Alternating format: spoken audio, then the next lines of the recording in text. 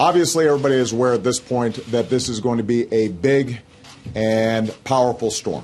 And all across the eastern seaboard, I think everybody is taking the appropriate preparations. I've spoken to all the governors in all these states.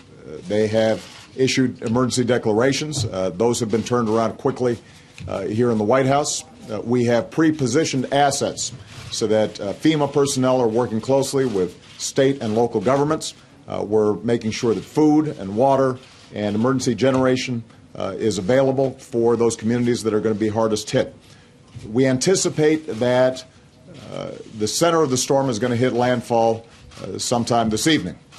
But because of the nature of this storm, we are certain that this is going to be a slow-moving process through a wide swath of the country, and millions of people are going to be affected. So the most important message that I have for the public right now is please listen to what your state and local officials are saying. When they tell you to evacuate, you need to evacuate. Do not delay. Don't pause. Don't question the instructions that are being given, because this is a serious storm and it could potentially have fatal consequences if people haven't acted quickly. The good news is that the governors and local officials, I think, have had a few days of preparation. There's been extraordinarily close coordination between state, federal, and local governments. And so we're confident that the assets are pre-positioned for an effective response in the aftermath of the storm. But keep in mind that for folks who are not following instructions, if you are not evacuating when you've been asked to evacuate, you're putting first responders at danger.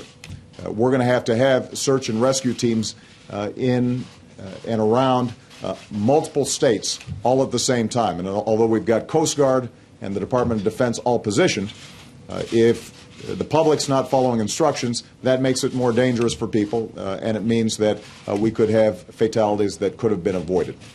Transportation is going to be tied up for a long time, and probably the most significant impact for a lot of people, in addition to flooding, is going to be getting power back on. We anticipate that there are going to be a lot of trees down, a lot of water, and despite the fact that the power companies are working very closely with their various state officials and local officials to make sure that they are bringing in as many assets as possible and getting those ready in preparation for the storm, the fact is that a lot of these emergency crews are not going to be able to get into position to start restoring power until some of these winds have died down.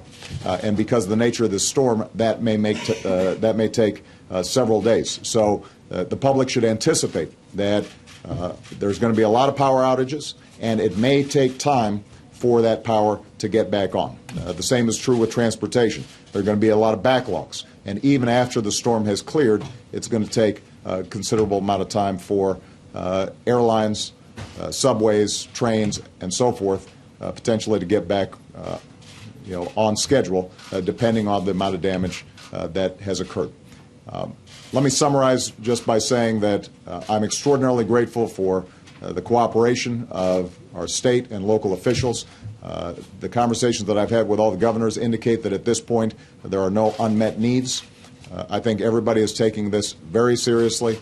We've got pre-positioned all the resources that we need, but right now the key is to make sure that the public is following instructions. For those of you who still need additional information about how to respond, you can go to ready.gov. That's ready.gov, and that website should provide you with all the information that your family needs in terms of how you can prepare for this storm.